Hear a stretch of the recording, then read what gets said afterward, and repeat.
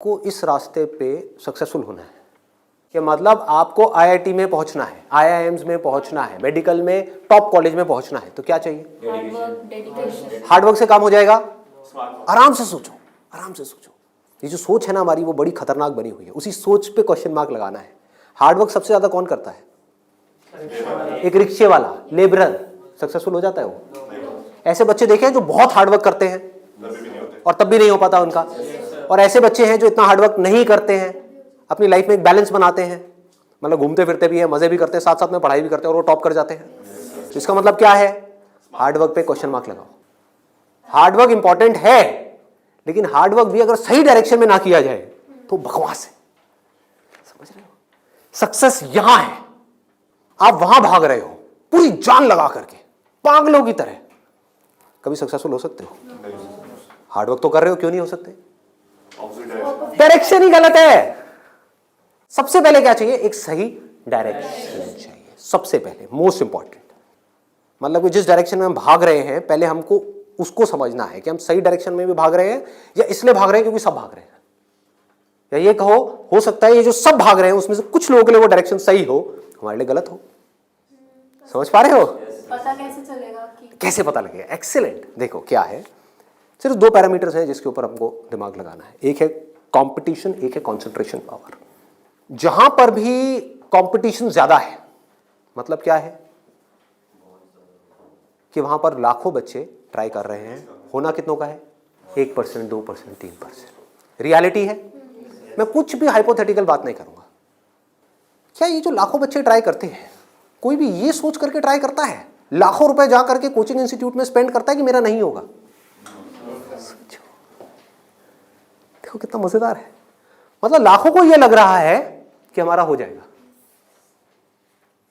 तो अब सबसे पहला यहां पर जो क्वेश्चन पूछना है, जो ना अभी पेरेंट्स पूछ रहे हैं ना बच्चे खुद पूछ रहे हैं, वो अपने आप से पूछना है। वो ये कि मेरी कंसंट्रेशन पावर्स कैसी है। सिंपल है ना? इसमें कोई कॉम्प्लिकेटेड है? कि अगर आपको इन कॉम्पिटिटिव एग्जाम्स में कॉम्पीट करना है, दिन में 10-10 घंटे पढ़ना है, 15-15 घंटे पढ़ना है, उससे भी काम नहीं होने वाला, क्योंकि बहुत लोग पढ़ते हैं फिर भी नहीं कर पाते। तो इसका मतलब क्या है? आपको अपने आप से सच बोलना होगा।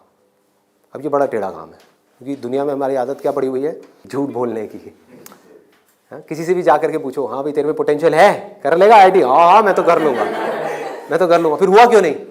हुआ क्यों नहीं? अरे वो लक साथ नहीं हो पाया, कोई वजह होगी, नहीं हो पाया। मतलब क्या था? डायरेक्शन ही गलत थी, स्टार्टिंग ही गलत हो गई। अब आप कैसे ये डिसाइड करोगे कि आपकी कंसंट्रेशन पावर स्ट्रांग है या नहीं है? माइंड की थोड़ा सा डेप्थ में जाते हैं। कैसे डिसाइड करोगे? जब भी आप किसी कॉम्पिटिटिव एग्जाम में कॉम्पीट कर रहे हो, तो आपको ये देखना होगा आपके कॉम्पिटिटर्स कौन है। फॉर एग्जाम्पल, आप एक रेस में भाग रहे हो, आपके साथ में कोई एथलीट है जिसने 10 साल प्रैक्टिस करी है रेस में भागने की। आप कभी नहीं भागे, धीरे धीरे जॉगिंग करी है, लेकिन रेस में कभी तेज नहीं भागे। जीत पाओगे उससे? करो हार्डवर्क। वो 10 साल से भाग रहा है और वो रुकने वाला नहीं है, उसके पास में पूरा का पूरा एक मोमेंटम है। वो अगले 2 साल तक भी ऐसे ही भागने वाला जैसे वो 10 साल से भागता आया है। आप अभी भागना शुरू कर रहे हो। तो पहले अपनी कंसंट्रेशन पावर्स को कंपेयर करना है किसी और के साथ। That is going to be a realistic solution.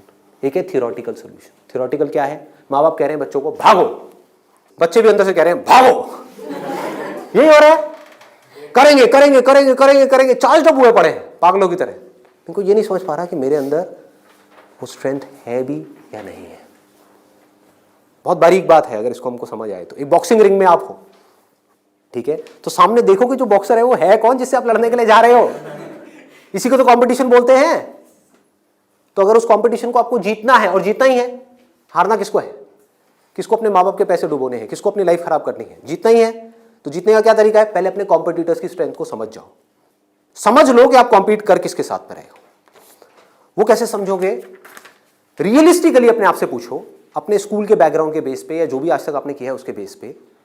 कुछ बच्चे होते हैं जिनको एक चैप्टर है, मान लो एक बुक में, उसको पूरा याद करने में या समझने में 1 घंटा लगता है। आपको कितनी देर लगती है? 5 घंटे, 6 घंटे, 10 घंटे या आधा घंटा? ये पूछो अपने आप से, then you will be able to जज your strength in comparison to your competitors. ये जो 13 लाख बच्चे हैं, इसमें से 10% बच्चे ऐसे हैं जिनकी कॉन्सेंट्रेशन पावर्स एक्स्ट्रा ऑर्डिनरी है। उनसे अगर आप कॉम्पीट कर रहे हो तो एटलीस्ट आपकी कॉन्सेंट्रेशन पावर्स एक्स्ट्रा ऑर्डिनरी होनी ही चाहिए। और कॉन्सेंट्रेशन पावर एक दिन में एक्स्ट्रा ऑर्डिनरी नहीं होती है, ये प्रैक्टिस है। मतलब उन्होंने कई सालों तक इसकी प्रैक्टिस करी है, तब जाके उनकी कॉन्सेंट्रेशन पावर एक लेवल तक पहुंची है। तो आप अपने आप से ईमानदारी से सवाल पूछो तो सही कि आपकी कॉन्सेंट्रेशन पावर है कैसी। अगर एक्स्ट्रा ऑर्डिनरी है और आप ऐसे कंपटीशन में जा रहे हो जहां पे कंपटीशन बहुत हाई है, तो आपके सक्सेसफुल होने के क्या चांसेस हैं? क्या 100% है? पूछो अपने आप से, दिमाग को खोलो। दिमाग बंद हुआ पड़ा है लोगों का। आईआईटी में लोग कहां से आते हैं? सिर्फ दिल्ली से आते हैं? सिर्फ बॉम्बे से आते हैं? कहां से आते हैं? ऑल ओवर इंडिया से। मान लो 1 लाख बच्चे ऐसे हैं इंडिया में अलग अलग स्कूल्स में जो अपनी अपनी क्लास में टॉपर हैं। उनको क्या लग रहा है कि मेरी स्ट्रेंथ बहुत तगड़ी है। ये बात हो रही है टॉपर्स की। लेकिन जब वो जाएंगे कॉम्पीट करने तो और भी ऐसे टॉपर्स आए होंगे जो उनसे भी आगे होंगे। आप समझ गए? तो यहां पे आपने क्या किया? एक बहुत बड़ा काम कर दिया, अपने आप से सच बोल दिया और यही सच जा करके अपने घर वालों को बोल दिया। इससे क्या होगा? आप एक ऐसे कंपटीशन से बच सकते हो जहां पर आपके हारने के चांसेस बहुत ज्यादा है, क्योंकि एक्चुअल में कंपटीशन है किसके बीच में? देखो, उन लोगों के बीच में जिसमें पोटेंशियल है। एक रेस हो रही है ओलंपिक्स में, वो किसके लिए है? जिसने बहुत प्रैक्टिस करी है, जिसके अंदर पोटेंशियल है, स्टैमिना है, फोकस करने की पावर्स है, डिस्ट्रैक्शन से वो अपने माइंड को हटा सकता है, उसके लिए है ना। सबके लिए तो नहीं है। अगर सबको भगा दिया जाए उस रेस में तो क्या होगा? क्योंकि उसमें जीतने के बाद गोल्ड मेडल मिलता है, अखबार में फोटो आती है।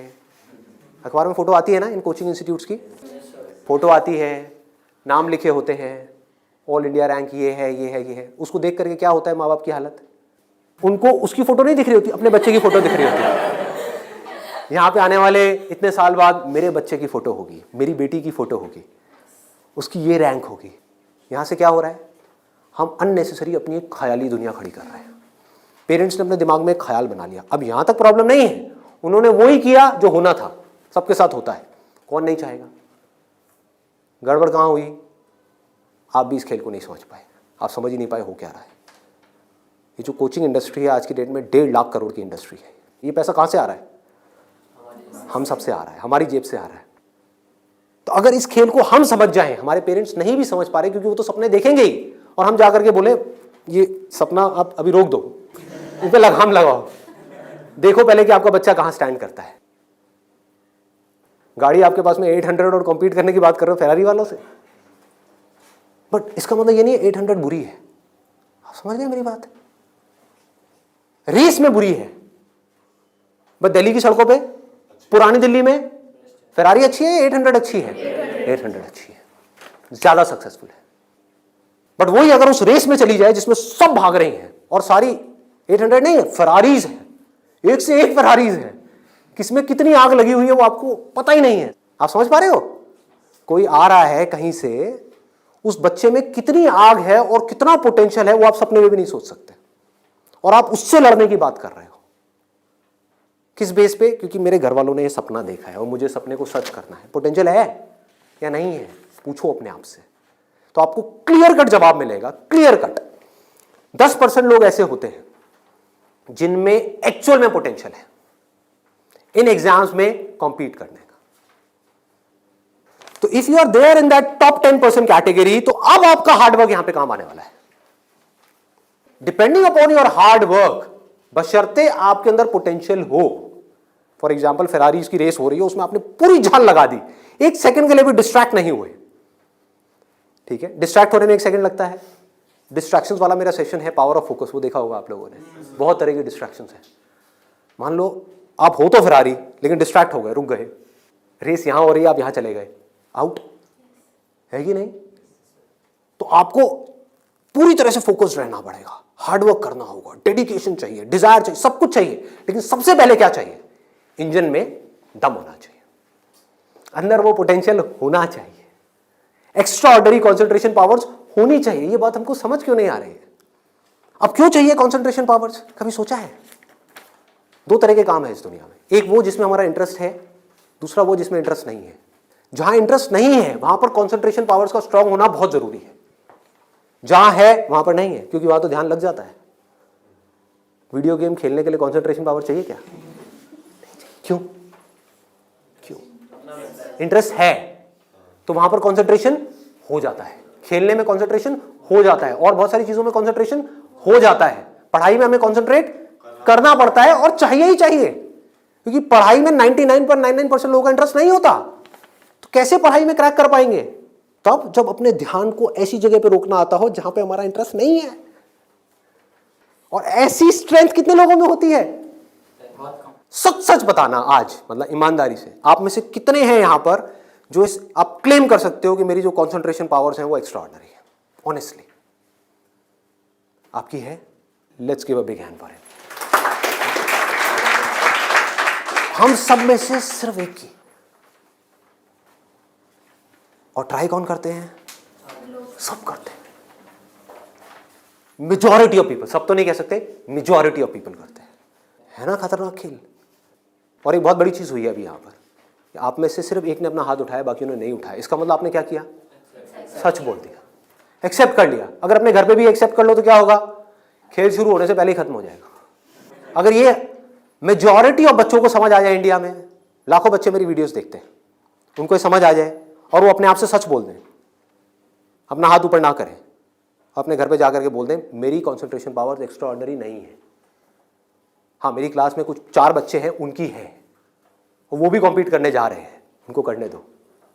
मुझे नहीं लगता कि मैं जीत पाऊंगा इस खेल में। हाँ, कुछ और ऐसे खेल हैं जहां पर मैं फाड़ दूंगा, तो क्या होगा? अब क्या आपके पेरेंट्स भेजेंगे आपको? पहले ही बोल दो, आपने भेजना है भेज दो, लेकिन आपका पैसा डूबेगा। 5 लाख डुबोने हैं, डुबो दो। भेजना है भेज दो, मुझे पता है मेरा नहीं हो पाएगा।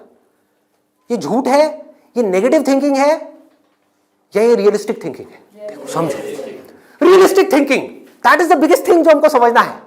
पॉजिटिव थिंकिंग का लोग मतलब क्या निकालते हैं कि मेरे पास में मारुति 800 है और मैं ये एक्सेप्ट ही ना करूं कि मेरे पास में मारुति 800 है, मैं अपना ख्याल बना लूं कि मेरे पास में फेरारी है और जाकर के कॉम्पीट करूं ऐसे लोगों के साथ में जिनके पास में एक्चुअल में फेरारी है। फर्क पता लग रहा है? और ऊपर से अपने आप को पॉजिटिवली अंदर से मोटिवेट करता रहा हूं।